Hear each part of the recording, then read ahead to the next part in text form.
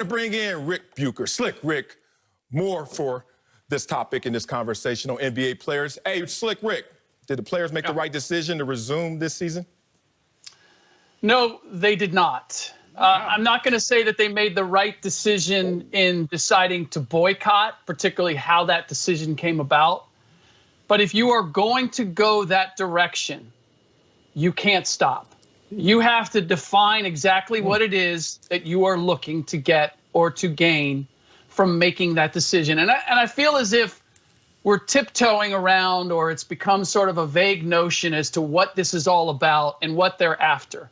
And I can only conclude that what the players are after, or what the players were after, in terms of considering a boycott or considering not playing, whether it was not going into the bubble or it was not continuing to play in the bubble as of yesterday, is that they do not feel that what the owners and the league are doing is enough in support of what they are seeking, that they were looking more for more from them.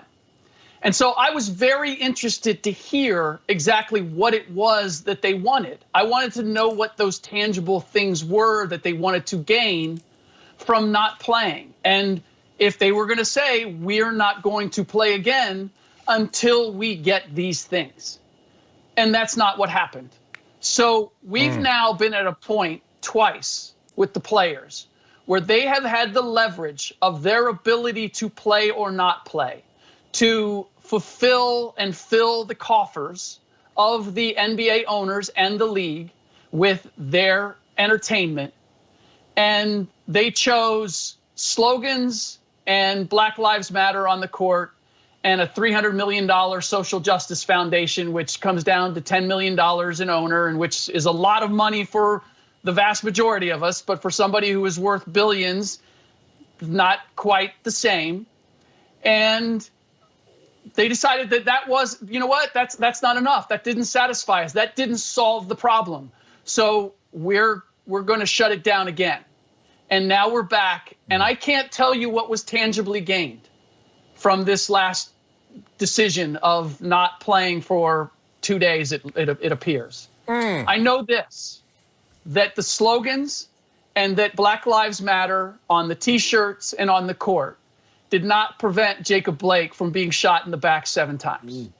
I don't know what it has ultimately prevented or changed among people out there. And so that is what I would hope that the players would go after and would go to the wall seeking, which is, we're willing, and I feel as if this is where they have to go. If they want immediate change, if they want immediate reform, you got to be willing to go to the wall and see it burn down in order to get there. If not, then you're half-stepping and nothing's going to be accomplished. And you're actually losing something because you're losing your leverage every time you have an opportunity to make an ask, and you ask less than maybe you're capable of getting. Slick, I appreciate those words. Marcellus, Slick, this is a time, at least in my opinion, where we should listen, hear the other side. Slick, I appreciate your opinion. The players quite literally have seen the movie, and they've quite literally bought the T-shirts. Marcellus, you said this a few days ago, insanity. Doing the same thing over and over and expecting a different result. 2012, LeBron James played for the Miami Heat after Trayvon Martin, 17-year-old black young man shot wearing a hood. Comes out with the Miami Heat, we are Trayvon Martin, a hoodie that says that with his entire team. Well, 2014 in Cleveland, Tamir Rice, a 12-year-old boy holding a fake gun, was shot within 2 seconds of the police showing up on the scene. Cleveland Browns, they come out in some shirts over their jerseys. Justice for Tamir Rice. Well, Eric Gardner, 2014, choked. I can't breathe. 2014, LeBron James, Cleveland Cavaliers, come out in shirts. Once again, I can't breathe. 2020, Ahmaud Arbery, George Floyd, Jacob Blake. Black unarmed men shot, some killed, some fighting for their life. Again, shirts, Black Lives Matter, equality, justice. The fact of the matter is insanity, doing the same thing over and over, expecting different results. The players would have quite literally been insane to just continue donning these shirts, hoping that it would lead to change. So, Slick, to a degree, I do agree with you in that the players wearing these T-shirts and simply taking a knee, it wasn't enough.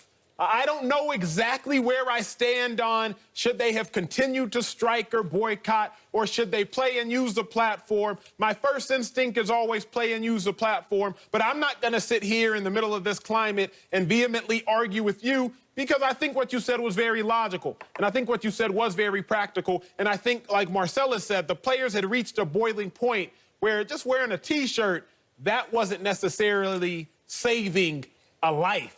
So what can they do now to try to save one, to try to affect change within their communities? I think that's where the players are at. Boy, I love you guys. Slick Rick, you went there. I love the gravity of what you said. Acho, I know exactly what I would have done in this situation.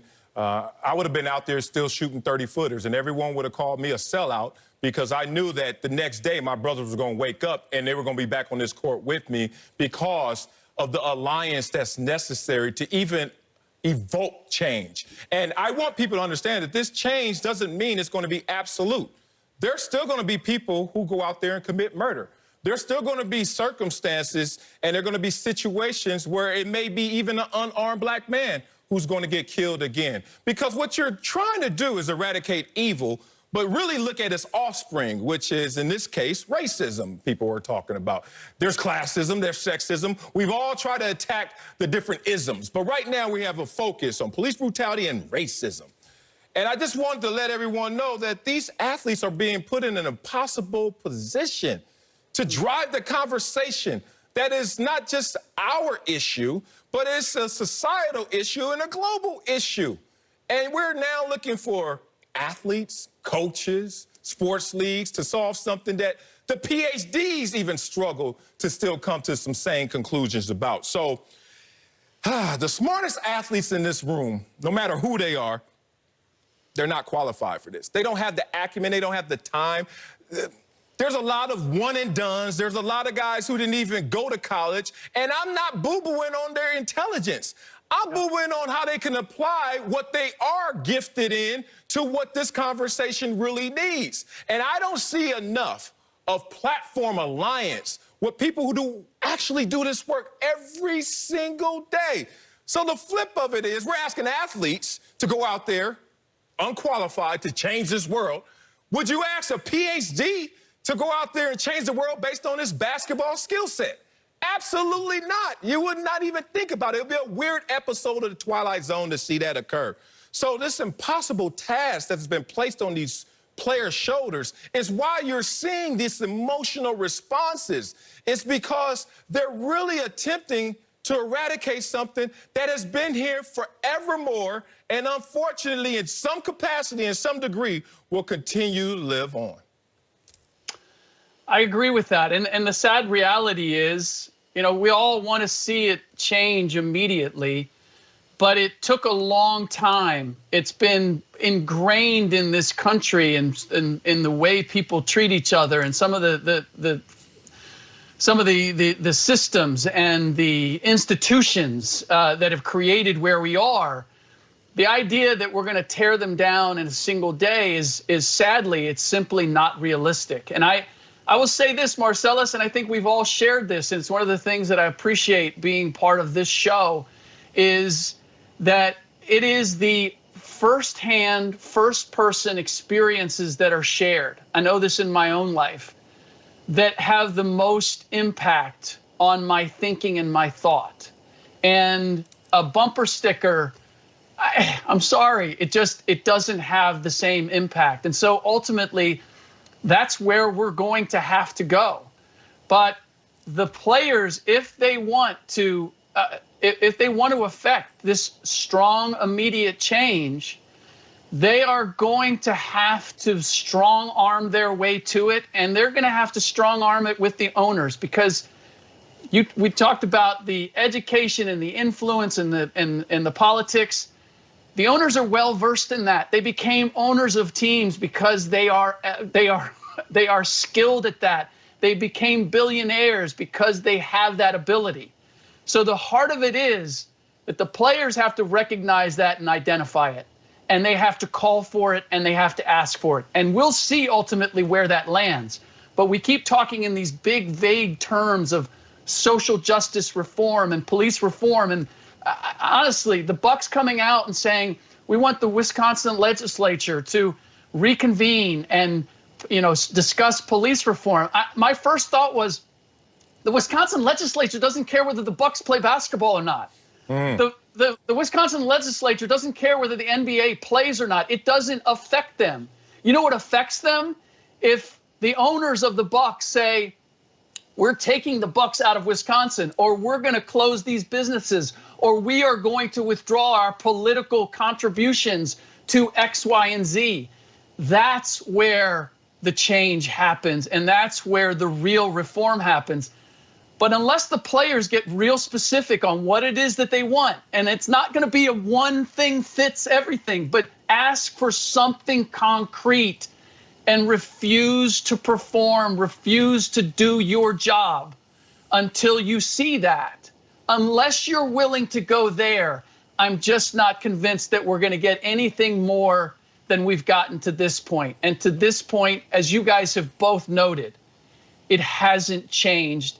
Maybe it's changed something, but it hasn't changed enough. Yeah, so unfortunate. Such trying times to use some of our greatest beneficiaries of the American dream of opportunity, collective great wealth, great accomplishment, these players, and to put them as the leaders of this conversation and the leaders of this movement in action puts you all in impossible positions, because we're sitting there forced to defend who you are. I'm forced to defend myself as a black man, but I'm challenged even greater to defend what's right.